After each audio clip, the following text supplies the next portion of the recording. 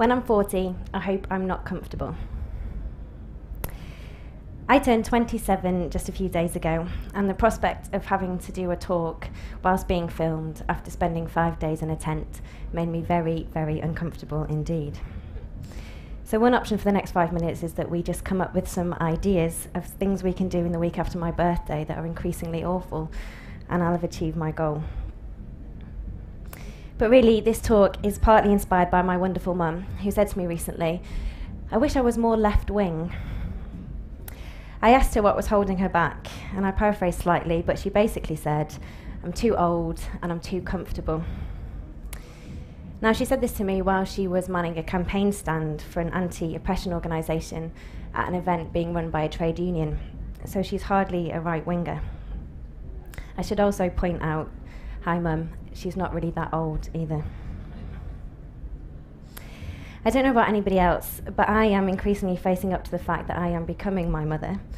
And so if I don't want to look back with regrets about my political trajectory, now might be the time to do something about it.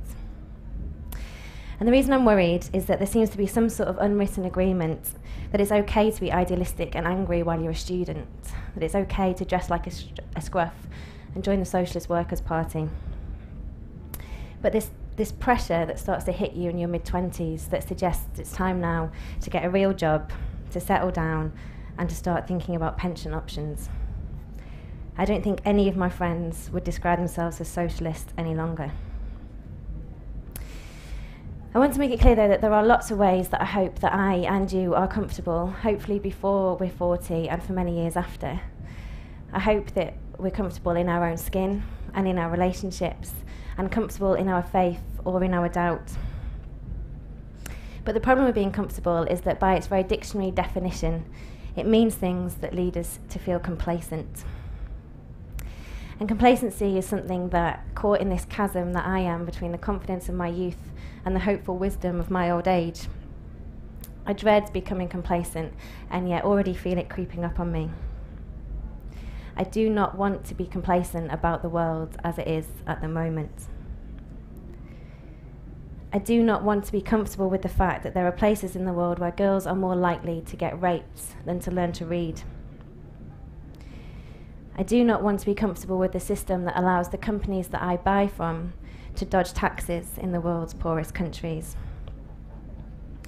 And I do not want to be comfortable with the fact that in my own city, the number of people without anywhere to sleep each night is rising at an alarming rate. When I was in Kenya a few years ago, I wrote in my diary, "Never forget how angry you felt today." I had met a woman who had been completely ostracised by her family because of her HIV status.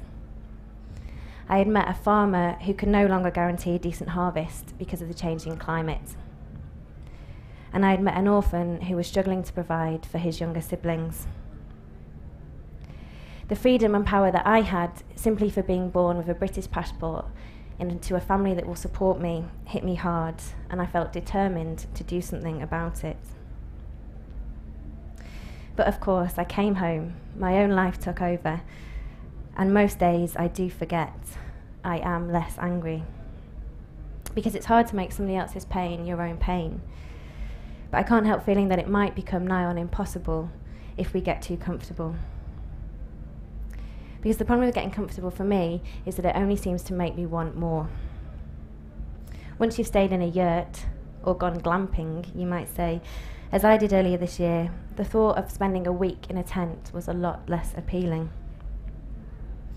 And once you've had a salary, as I am now fortunate enough to have, the thought of earning £50 a week as an intern really doesn't seem like such a good idea.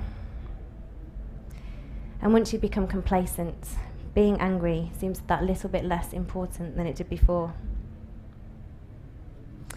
I reckon that, of course, there's a good chance that God has known all of this for a fairly long time.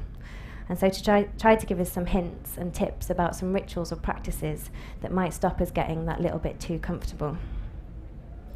We've got written guidelines on always giving a good proportion of our wealth away, or for forgiving debts, or perhaps the most radical suggestion for preventing extremes of poverty and wealth, the rules of Jubilee.